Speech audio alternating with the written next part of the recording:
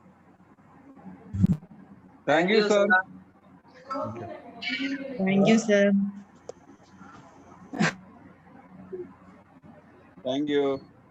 Okay.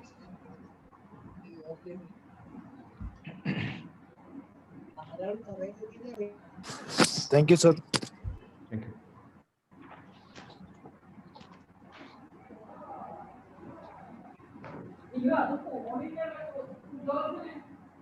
Thank you, sir. Thank you. Thank you, sir.